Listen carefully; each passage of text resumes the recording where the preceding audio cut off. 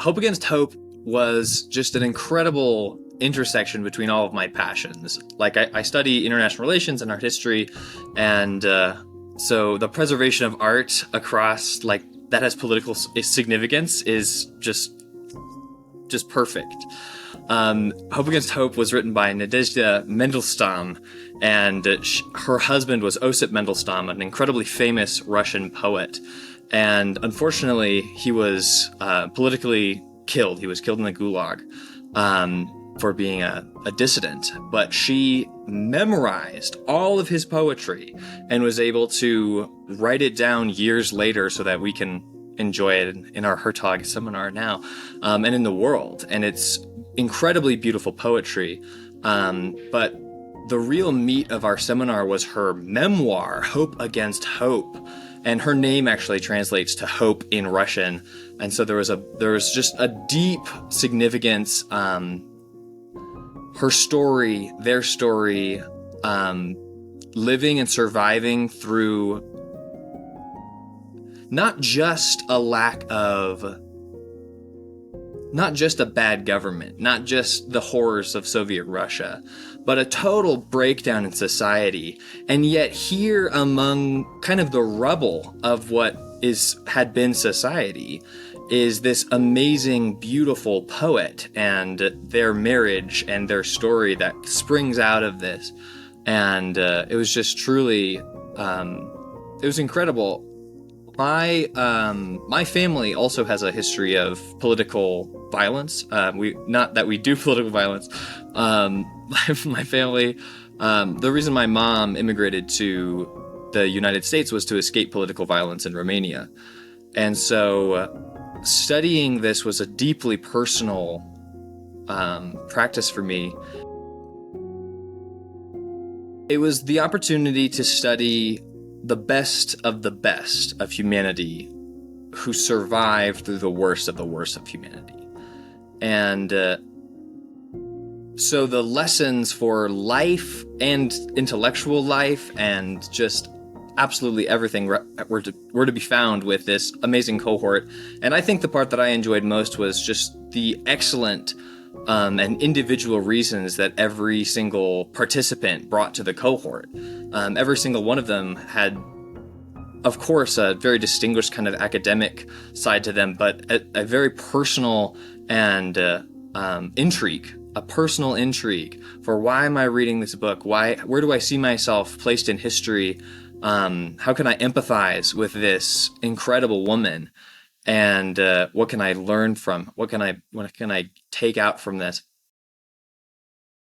Even though I signed up for this cohort and I really loved reading this book, I had to come to terms with the fact that the more I learn about this period of history, the more there is to learn. The more I realize that, wow, I did not know as much as I thought I did at all. And to have someone like Jacob Howland, our professor, leading the cohort, who just is a wealth of knowledge, it was so humbling and amazing. And every single seminar, I felt like I learned something about like these deep annals of history that are so deeply important for the way our world is now, and can actually offer us a great window into the past to see how people have dealt with the problems that everyone is dealing with. How did they deal with the problems of humanity? What does it mean to be human? Why write poetry? Why preserve poetry? Why would you memorize an entire poet's work and write it down years and years later? It kind of felt like fiction a bit. And just like any piece of great literature, you have the opportunity to wrestle with the characters, and that's actually wrestling with real life. But this was real. And so it just had this amazing, incredible edge. And every single one of the papers that was shared, every single thought that was shared almost, had this unique individual flair of all of the other people in the cohort, and their personal thoughts and their personal stories shown through their work and their discussion as much as the story of Nadezhda Mandelstam. Before we started discussing the papers, it was almost every seminar that he would drop some incredible piece of communist history or Soviet history or something that happened in a gulag or a camp sometime, and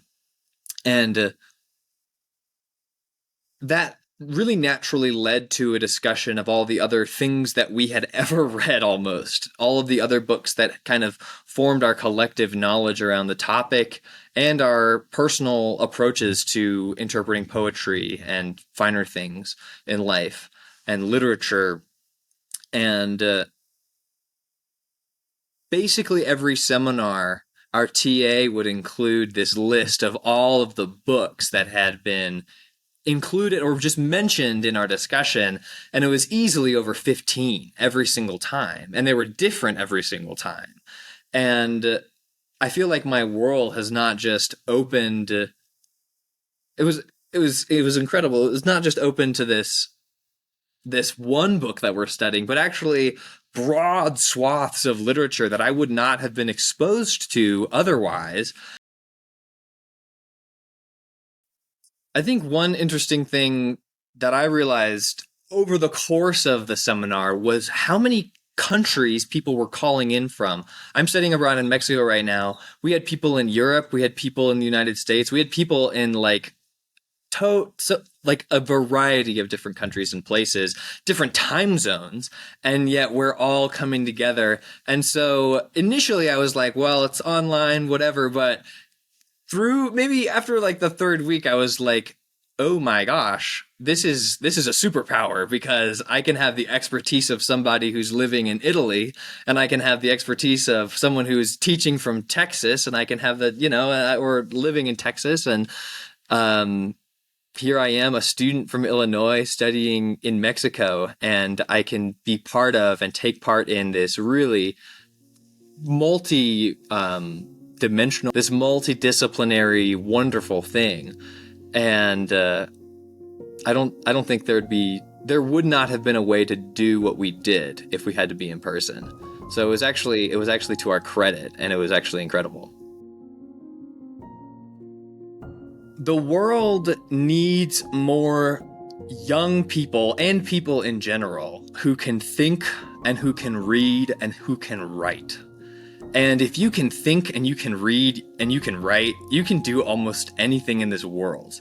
And the Hertog Foundation is an incredible intersection between the love for finer things in life and actually practically putting it into practice in whatever major you are in, whatever program of study you've chosen. You can distinguish yourself as someone who can think and read and write very well. And not only that, but I can just speak from my experience. I'm coming away from this seminar a changed person. I have more developed ideas, of course, but I just feel like I have a richer intellectual life entirely because of this opportunity. And I would commend anybody who likes to read, likes to think, and likes to write to distinguish themselves with the Hertog Foundation seminars.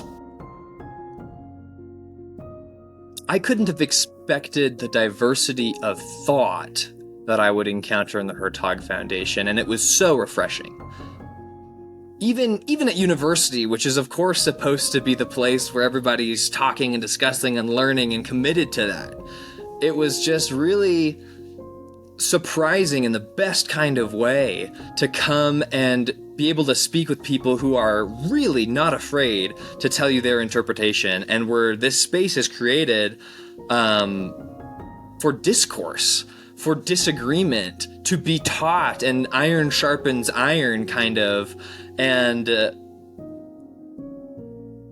I didn't realize, I couldn't have expected, I could never have guessed how rewarding discussing something that I personally had written, for instance, would be, or something that my friend or my something that my cohort buddy, whatever they're called, my fellow Hope Against Hope cohort participant had written, and actually developed some really great professional connections through this cohort about people who are like-hearted and care deeply about changing the world, and that was really incredible.